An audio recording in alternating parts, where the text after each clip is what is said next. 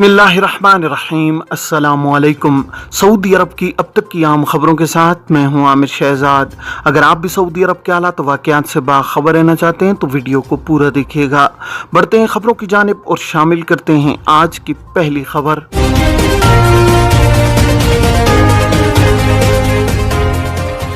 सबसे पहले बात करते हैं कि इंटरनेशनल ड्राइविंग लाइसेंस पर सऊदी अरब में कब तक गाड़ी चला सकते हैं। सऊदी महकमा ट्रैफिक ने मुमलिकत में इंटरनेशनल ड्राइविंग लाइसेंस के मुअस्सर होने की इंतहाई हद के हवाले से वजाहत की है। सऊदी महकमा ट्रैफिक ने एक्स अकाउंट पर कहा है कि सऊदी अरब विजिट वीजे पर आने वाले इंटरनेशनल ड्राइविंग लाइसेंस या मुअस्सर गैर मुल्की ड्राइविंग लाइसेंस पर 1 साल तक गाड़ी चला सकते हैं। इजाजत का एतबार विजिटर के सऊदी अरब पहुंचने की तारीख से होगा। महकमा ट्रैफिक ने यह वजाहत एक गैर मुल्की की जानिब से इस सवाल के जवाब में जारी की है, जिसमें पूछा गया था कि गैर मुल्की ड्राइविंग लाइसेंस विजिट वीजे पर सऊदी अरब आने वालों के लिए मुअस्सर होगा या नहीं।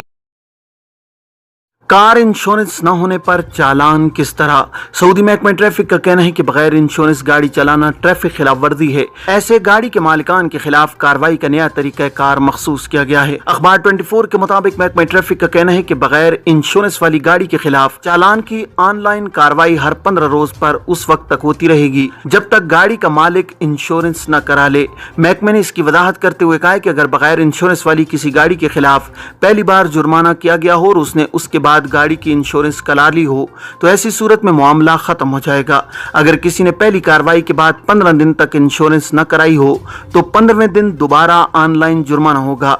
इस तरह इस पर दूसरा जुर्माना हो जाएगा और यह सिलसिला गाड़ी की इंश्योरेंस कराए जाने तक हर 15 दिन पर खुदकार तरीके से होता रहेगा। महकमा ट्रैफिक ने कहा है कि बगैर इंश्योरेंस वाली गाड़ी के खिलाफ कार्रवाई सऊदी अरब के तमाम शहरों और कमिश्नरियों में शुरू की जाएगी। महकमा ट्रैफिक ने तवज्जो दिलाई है कि गाड़ी की इंश्योरेंस की मियाद के हवाले से अबशर के जरिए मालूम किया जा सकता है। विजिट वीजे पर एक्सपायरी की तारीख कैसे दुरुस्त करवाएं। सऊदी महकमा पासपोर्ट एंड इमिग्रेशन, जो कि वजारत दाखिला का ज़ेली इदारा है, कवानीन के मुताबिक मुमलिकत में मुकीम गैर मुल्कियों के इकामे, खुरूज ओहदा और खुरूज निहाई के इजरा का जिम्मेदार है। मुमलिकत में रिहाइश पजीर गैर मुल्की अफराद जब मुस्तकिल बुनियाद पर अपने मुल्क जाते हैं तो उन्हें फाइनल एग्जिट, जिसे अरबी में खुरूज निहाई कहा जाता है, हासिल करना जरूरी होता है, जबकि छुट्टी पर जाने के लिए खुरूज ओहदा लेना होता है। जवाजात के ट्विटर पर विजिट वीजे के बारे में एक शख्स ने सवाल किया है कि मोबाइल ऐप पर अबशर अकाउंट के जरिए विजिट वीजे की मुद्दत के बारे में चेक किया तो एक्सपायरी की तारीख 2019 जाहिर हो रही थी, जबकि लैपटॉप पर अबशर प्लेटफॉर्म पर वीजे की एक्सपायरी तारीख मई 2023 दर्ज है। दुरुस्त तारीख क्या होगी? अबशर ऐप पर तारीख को दुरुस्त किस तरह कराया जाए?